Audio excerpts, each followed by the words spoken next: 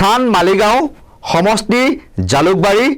মুখ্যমন্ত্ৰীৰ গৃহ সমষ্টিতে এগৰাকী মহিলা নলাত পৰি মৃত্যুক আঁকোৱালি লোৱাৰ বাবে দায়ী কোন মানুহৰ মৃত্যু হ'বলৈকে বিভাগীয় কৰ্তৃপক্ষই উদঙাই থৈছে নেকি নলাসমূহ কোনে কৰিব এই প্ৰশ্ন প্ৰাণনাশী নলাত পৰি জীৱনলৈ কাল অমানিশা নামি অহা পায়েল নাথৰ সমৰ্থনত থিয় হৈ হিমন্ত বিশ্বৰ চৰকাৰক প্ৰশ্ন কৰিব কোনে সিদিনা যে জালুকবাৰীৰ কংগ্ৰেছৰ প্ৰাৰ্থী বিদিশা নেওগক পাণ্ডুত আগুচি ধৰি আক্ৰমণ কৰিছিল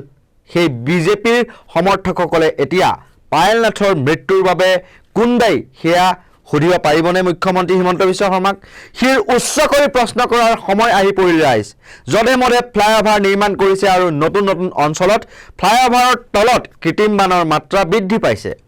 অবিজ্ঞানসন্মতভাৱে ফ্লাইঅভাৰ নিৰ্মাণ কৰি ফ্লাইঅভাৰ য'ত আৰম্ভ হয় বা যিটো নামি অহা ঠাইত আৰু তলৰ অঞ্চলসমূহত কৃত্ৰিম বানৰ সৃষ্টি কৰিলেই নহয় উন্মুক্ত নলাসমূহ বন্ধ কৰি জনতাৰ জীৱনৰ সুৰক্ষা সুনিশ্চিত কৰিব লাগে হিমন্ত বিশ্ব শৰ্মা মহোদয় আপোনাক নৌটংকি কৰি নাচি ফুৰিবলৈ সিএম বনোৱা নাই ৰাইজে জনতাৰ এটা এটা ভোটৰ মূল্য বহুত বাবেই আপুনি এইখন আসনত বহি টিঘিল ঘিলাই আছে গতিকে প্ৰকৃত তথা বিজ্ঞানসন্মত উন্নয়ন কৰক ফ্লাইঅভাৰখন পাহাৰৰ দৰে এঢলীয়াক বেছি কৰিলে পানী বৈ আহি তলৰ অঞ্চলসমূহত জমা হোৱাটো স্বাভাৱিক চাওকচোন এই সৰু ল'ৰা ছোৱালী কেনেকৈ লৈ গৈ আছে এয়া মালিগাঁৱৰ নতুন অভাৰব্ৰিজৰ ওচৰত এই সৰু সৰু ল'ৰা ছোৱালী দেখিছেনে কেনেদৰে লৈ গৈ আছে বিপদৰ ওপৰত বিপদ আপোনালোকে চাওক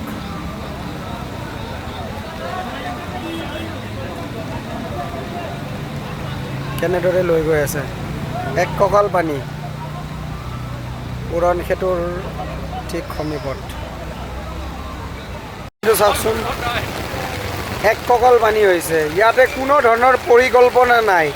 এই পানীখিনি এইফালৰ পৰা আহিলে কেনেকৈ যাব অসমত কোনো ধৰণৰ এজন ইঞ্জিনিয়াৰ নাই চাগে অসম চৰকাৰৰ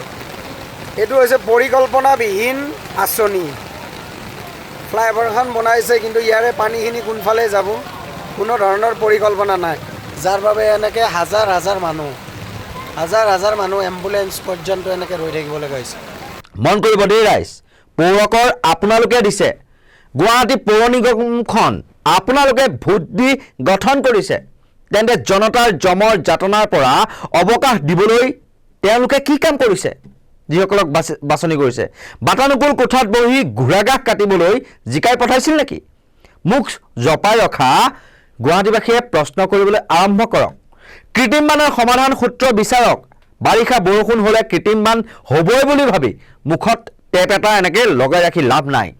আপোনালোকৰ কৰৰ টকাৰে দৰমহা খাই নুকুহা আৰু তেজাল হোৱা মন্ত্ৰীৰ বিষয়াই যদি এইবোৰ সমস্যাৰ সমাধান কৰিব নোৱাৰে তেন্তে তেওঁলোকৰ কাম আছে কি প্ৰশ্ন কৰক সকলোৱে সামাজিক মাধ্যমৰ জৰিয়তে প্ৰশ্নবোৰ এনেধৰণৰ কৰিব পাৰে কিমান নলা নৰ্দমাত জাবৰ মুক্ত হ'ল নলা বাহিনী ভৰলুৰ চাফাইৰ নামত বা জাবৰ নিষ্কাশনৰ নামত কিমান ধনৰ আবণ্টন হ'ল বা খৰচ হ'ল পাহাৰৰ মাটি যে বুৱতী পানীৰ সৈতে নামি আহি বাহিনী নৈ বা ভৰলুৰ বুকুত যে তাৰমানে বাম কৰি পেলাইছে সেয়া খনন কৰিবলৈ কোটি কোটি টকা ব্যয় কৰি অনা ছুপাৰ চাকাৰ কেইখনত মামৰে ধৰিলে নেকি নে পুতলাৰ দৰে গেৰেজত সজাই থোৱা আছে সেইসমূহ কৃত্ৰিম বানপানী হ'লে পানী সিঁচাৰ নামত নাটকবাজি কিমান দিনলৈ চলিব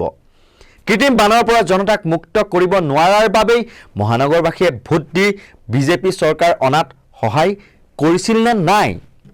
কিন্তু বিজেপিৰ দিনত পৰিৱৰ্তনৰ নামত ঠায়ে ঠায়ে ন অঞ্চলত কৃত্ৰিম বান বৃদ্ধি পাবলৈ ধৰিলে কিয় এয়া অনিল নগৰৰ বানপানী সাগৰ এখন অনিল সাগৰ এয়া আমাৰ ইয়াতে স্পীড বোট চলিছে মানুহ অনা নিয়া কৰিবলৈ এই অৱস্থা আমাৰ এয়াই অনিল নগৰৰ দুৰ্গতি চব স্পীড বোট চলিছে এনেকুৱা অৱস্থা আমাৰ ইয়াতে সাগৰৰ দিক কৰিম কি এটা ঘৰতো বাকী নাই চবৰে ঘৰত আধালৈ পানী খিৰিকীৰ ওপৰলৈ পানী এই অৱস্থা আমাৰ অনিল নগৰ নবীন নগৰৰ কেনেকুৱা পৰিস্থিতি চাওক সাগৰ এখন সাগৰীয়া এখন সাগৰ আমাৰ গেটটোত ভাঙি অৱস্থা নাই এয়া চব গোটেই ৰাইজ পানীৰ মাজত ডুব গৈ আছে কোনো ওলাব পৰা নাই গৃহবন্দী জলবন্দী জঘন্য পানী এয়া নলাৰ পানী সমগ্ৰ গুৱাহাটীৰ পৰিৱেশ এনেকুৱা আৰু অনিল নগৰ নবীন নগৰৰ পানী এয়া ইয়াতে স্পীড বোট আৰম্ভ হৈছে চলা কিবা কৰি মানুহখিনিক অন্তত বচাবলৈ এতিয়া স্পীড বোটখনে কি মেন হলত পৰি কিমান জনতাই মৃত্যুক আঁকোৱালি লৈ থাকিব আৰু কিমান দিনলৈ চকু মুৰা কুলি হৈ বহি থাকিবলৈ GMC আৰু চৰকাৰত শাসনলৈ বিজেপিক অনা নাছিল নহয় এইবোৰ প্ৰশ্ন মুকলিকৈ কৰিবলৈ শিক্ষকসকলে কিমান আৰু ব্যক্তিগত লাভালাভ সুবিধাৰ বাবে মুখখনত চেলটেপ এটা লগাই থাকিব আপোনালোকে প্ৰশ্ন কৰিলে আপোনাক দেশত দ্ৰোহী সজোৱা সেই 2019-20 চন